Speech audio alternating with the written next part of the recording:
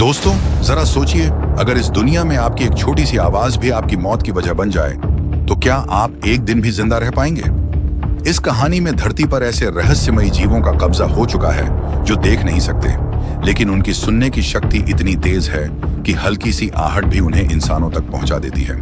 इसलिए जो भी आवाज करता है, उसका बचना लगभग नामुमकिन है। कहानी की शुरुआत एक सुनसान शहर से होती है। सड़कें खाली हैं, दुकानें वीरान पड़ी हैं और हर तरफ ऐसा सन्नाटा है जैसे यहाँ कई महीनों से कोई इंसान नहीं आया हो। इसी शहर में एबॉट परिवार बेहद सावधानी से जरूरी सामान इकट्ठा कर रहा है। परिवार का हर सदस्य बिना बोले सिर्फ इशारों की भाषा में बात करता है। परिवार का सबसे छोटा बेटा बो एक खिलौना रॉकेट देखकर खुश हो जाता है, लेकिन उसके पिता ली तुरंत उसकी बैटरियां निकाल देते हैं, क्योंकि वे जानते हैं कि जरा सी आवाज भी मौत को बुला सकती है।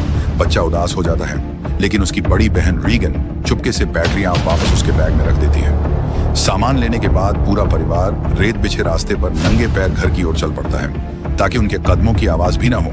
लेकिन रास्ते में वो चुपके से खिलौने में बैटरियां लगा देता है। जैसे ही खिलौना चालू होता है, उसकी तेज आवाज पूरे जंगल में गूंज जाती है। पिता पूरी ताकत से बच्चे की तरफ दौड़ते हैं, लेकिन तब तक बहुत देर हो चुकी होती है। अचानक बिजली की रफ्तार से एक भयानक क्रीचर अंधेरे से निकलता है और कुछ ही सेकंड में बो पर हमला कर देता है। परिवार की आंखों के सामने उनका सबसे छोटा बेटा मारा जाता है, लेकिन वे चाहकर भी चीख नहीं सकते, क्योंकि वे जानते हैं कि एक आवाज और उनकी भी जान ले सकती है। बच्चे की दर्दनाक मौत के बाद लगभग 408 दिन बीत चुके हैं। अब यह परिवार पहले से भी ज्यादा सतर्क हो गया है। घर का हर कोना इस तरह तैयार किया गया है कि जरा सी भी आवाज बाहर न जाए। घर के अंदर बात करने के लिए सभी लोग केवल सांकेतिक भाषा का इस्तेमाल करते हैं। फर्श पर ऐसे रास्ते बनाए गए हैं जहां चलने से कोई आवाज नहीं होती। परिवार के मुखिया ली हर दिन कैमरों की मदद से निगरानी करते हैं। उन्होंने नक्शे और नोट्स बनाकर यह समझा है कि ये जीव देख नहीं सकते, लेकिन उनकी सुनने की शक्ति असाधारण है। ली रोज रेडियो के जरिए दूसरे बचे हुए लोगों से संपर्क करने की कोशिश करते हैं, लेकिन हर बार उन्हें सिर्फ सन्नाटा ही सुनाई देता है। इधर माँ एवलिन गर्भवती है। उन्हें पता है कि बच्चे के जन्म के समय होने वाली आवाज पूरे परिवार को खतरे में डाल सकती है। इसलिए वे पहले से ही बेसमेंट में एक खास कमरा और ऑक्सीजन वाला बॉक्स तैयार करती है। दूसरी तरफ रीगन अभी भी बो की मौत का दुख भूल नहीं पाई है। उसे लगता है कि अगर उसने बैटरियां वापस न दी होती तो शायद उसका भाई आज जिंदा होता। हर शाम ली दूर बने एक ऊंचे टॉवर पर जाकर आग जलाते हैं। कुछ देर बाद दूर दूर अलग अलग दिशाओं में भी आग की लपटें दिखाई देती हैं। इससे पता चलता है कि दुनिया पूरी तरह खत्म नहीं हुई है। रात को खाने के समय मार्कस से गलती से लैंप गिर जाता है। सबकी धड़कन रुक जाती है। कुछ सेकंड बाद पता चलता है कि वो सिर्फ जानवर थे। परिवार को एहसास हो जाता है कि इस दुनिया में एक छोटी सी गलती भी मौत का कारण बन सकती है। अगली सुबह ली अपने बेटे मार्कस को अपने साथ बाहर ले जाते हैं। रीगन भी जाना चाहती है, लेकिन ली उसे घर पर रुकने को कहती है। नाराज होकर रीगन अकेली बो की मौत वाली जगह पर चली जाती है। ली और मार्कस नदी के किनारे पहुंचते हैं। बहते पानी का शोर इतना तेज होता है कि यहाँ बात की जा सकती है। पहली बार मार्कस खुलकर अपने पिता से बात करता है और बो की मौत के लिए खुद को दोषी मानता है। ली उसे समझाते हैं कि यह एक हादसा था। वापसी में वो एक बुजुर्ग को देखते हैं जिसकी पत्नी मर चुकी है।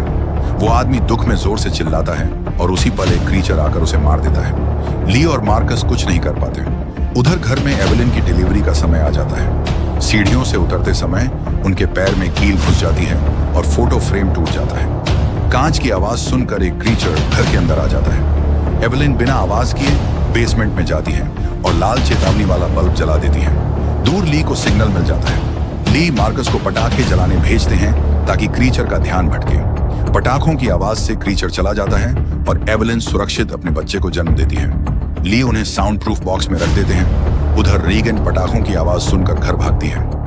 रास्ते में मार्कस डरकर भागता है और उसकी टॉर्च गिर जाती है। क्रीचर उसकी तरफ बढ़ता है। तभी रीगन पहुंचती है और उसकी हियरिंग मशीन से तेज फ्रीक्वेंसी निकलती है। क्रीचर दर्द से तड़प कर भाग जाता है। पहली बार उन्हें क्रीचर की कमजोरी मिल जाती है, तेज आवाज। रीगन और मार्कस एक अनाज के गोदाम में फंस जाते हैं। क्रीचर उन पर हमला करता है। तभी ली आकर उन्हें बचा लेते हैं और तीनों एक पिकअप ट्रक में छिप जाते हैं। क्रीचर ट्रक पर हमला करता है। फिर से रीगन की मशीन से फ्रीक्वेंसी निकलती है और क्रीचर पीछे हटता है। ली समझ जाते हैं कि यही इनकी कमजोरी है, लेकिन क्रीचर फिर हमला करता है। अपने बच्चों को बचाने के लिए ली इशारों में रीगन से कहते हैं आई लव यू और फिर पूरी ताकत से जोर से चिल्लाते हैं। क्रीचर बच्चों को छोड़कर ली की तरफ दौड़ता है और उन्हें मार देता है। ली की कुर्बानी से रीगन और मार्कस बचकर घर पहुंच जाते हैं। घर पहुंचकर एवलिन बच्चों को गले लगाती है, लेकिन तभी नवजात बच्चे के रोने की आवाज आती है और एक और क्रीचर घर में घुस आता है। सब डर जाते हैं, लगता है अब सब खत्म। तभी रीगन को याद आता है कि ली ने बोर्ड पर लिखा था फ्रीक्वेंसी। रीगन तुरंत अपनी हियरिंग मशीन को माइक से कनेक्ट करके उसकी आवाज और फ्रीक्वेंसी को बहुत ज्यादा बढ़ा देती है। स्पीकर से निकली तेज आवाज से क्रीचर तड़पने लगता है और कमजोर हो जाता है। एवलिन मौका देखकर उसे शॉटगन से मार देती है, लेकिन खतरा अभी टला नहीं था। कैमरे में दिखता है कि 2 और क्रीचर उनकी तरफ दौड़ते हुए आ रहे हैं। अब रीगन डरती नहीं है, वो मुस्कुराती है, मशीन की पावर और बढ़ाती है और रेड लाइट जला देती है। कहानी यहीं खत्म होती है। इस बार वो शिकार नहीं बनेंगे, इस बार वो लड़ेंगे और यहीं से पहला पार्ट खत्म हो जाता है। अगर आपको ए क्वाइट प्लेस पार्ट 2 का एक्सप्लेनेशन चाहिए तो कमेंट में पार्ट 2 लिख दीजिए। और वीडियो पसंद आई हो तो चैनल को लाइक और सब्सक्राइब करना मत भूलना।